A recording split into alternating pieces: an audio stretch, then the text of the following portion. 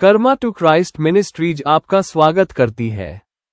आइए हम परमेश्वर के वचन पर चर्चा करें। आज का वार्तालाप का शीर्षक आपके इरादे मायने रखते हैं। आज के बाइबल छंद है इब्रानियों अध्याय 4 पद 12। क्योंकि परमेश्वर का वचन जीवित, प्रबल और हर एक दोधारी तलवार से भी बहुत तेज है, प्राण आत्मा को गांठ गांठ और गूदे गूदे को अलग करके आर पार छेदता है और मन की भावनाओं और विचारों को जांचता है। मत्ती अध्याय 6 पद 1। सावधान रहो, तुम मनुष्यों को दिखाने के लिए अपने धार्मिकता के काम न करो, नहीं तो अपने स्वर्गीय पिता से कुछ भी फल न पाओगे। भजन संहिता अध्याय 51 पद 10।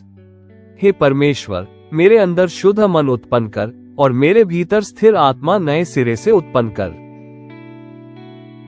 हम इस बात को नजरअंदाज करते हैं कि हमारा विश्वास सिर्फ हमारे कामों पर ही नहीं बल्कि हमारे इरादों पर भी आधारित है।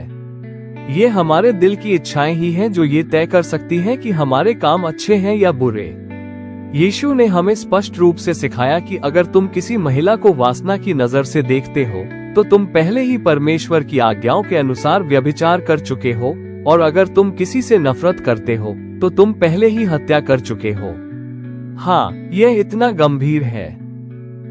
मसीह हमें चेतावनी देते हैं कि हमें सार्वजनिक रूप से प्रार्थना नहीं करनी चाहिए या लोगों को ये दिखाने के लिए सार्वजनिक रूप से दान नहीं देना चाहिए कि हम कितने अच्छे, प्रेमपूर्ण और दानशील हैं। अगर तुम्हारा इरादा है कि हर कोई तुम्हारी प्रशंसा करे तो तुम्हें धरती पर पहले से ही अपना इनाम मिल चुका है और परमेश्वर उसमें कुछ नहीं जोड़ेगा।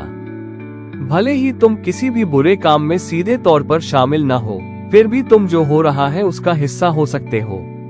अन्याय और बुराई के खिलाफ खड़े न होकर और कम से कम बोलकर हम ये दिखाते हैं कि या तो हमें परवाह नहीं है या हमारे पास सच्ची करुणा नहीं है। दाऊद ने व्यक्तिगत रूप से बतशेबा के पति की हत्या नहीं की, लेकिन उसने अपने व्यभिचार के फल, नाजायज बच्चे को छिपाने के लिए इसकी साजिश रची। यह वही राजा दाऊद है जिसने भजन लिखे हैं जिन्हें हम हर रविवार को गाते हैं। जिस क्षण वासना ने उसके हृदय पर कब्जा किया, यह एक दुष्चक्र बन गया जिसने उसे पाप, चालाकी, झूठ बोलने और अपनी गलती को खुलेआम छिपाने के गर्त में और भी गहरे धंसा दिया। इसीलिए जब वो पकड़ा गया तो उसने परमेश्वर से उसके अंदर एक साफ और शुद्ध हृदय बनाने के लिए कहा, क्योंकि दाऊद जानता था कि यही समस्या की जड़ थी।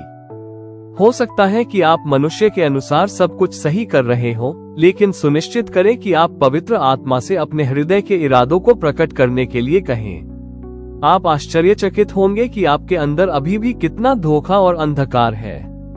लेकिन चिंता न करें, मसीह सभी चीजों को नया बना सकता है और आपको फिर से शुरू करने दे सकता है।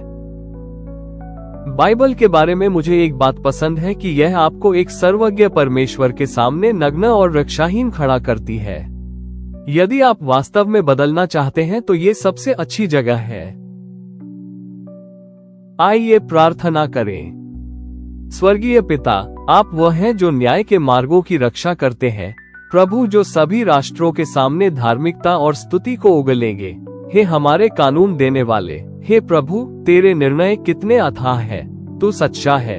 हे प्रभु, तेरे समान कौन है, पवित्र और निष्कलंक। हे पिता, तेरा धन्यवाद कि तुझसे कुछ भी छिपा नहीं रह सकता और तू हमारे हृदय के इरादों को भली भांति जानता है। तेरे वचन के लिए धन्यवाद जो हमारी आत्मा और आत्मा को दोधारी तलवार की तरह अलग करता है। हमें ये सोचने के लिए क्षमा करें कि हम अपने सच्चे इरादों को तुझसे छिपा सकते हैं। हमें एक झूठी आध्यात्मिकता जीने और केवल मनुष्य को प्रभावित करने की चाहत के लिए क्षमा करें। हमें आज तेरे साथ बैठने की इच्छा दे और तू हमें वो अंधकार दिखा दे जो हमारे भीतर अभी भी है। जैसे दाऊद ने पूछा, हे परमेश्वर, मेरे भीतर एक शुद्ध हृदय उत्पन्न कर और मेरे भीतर एक सही आत्मा को नवीनीकृत कर। आज हमें नए सिरे से शुरू करने और सभी काम सही हृदय और सही इरादों के साथ करने में मदद करें। हम यीशु के महान नाम में मांगते हैं, आमीन।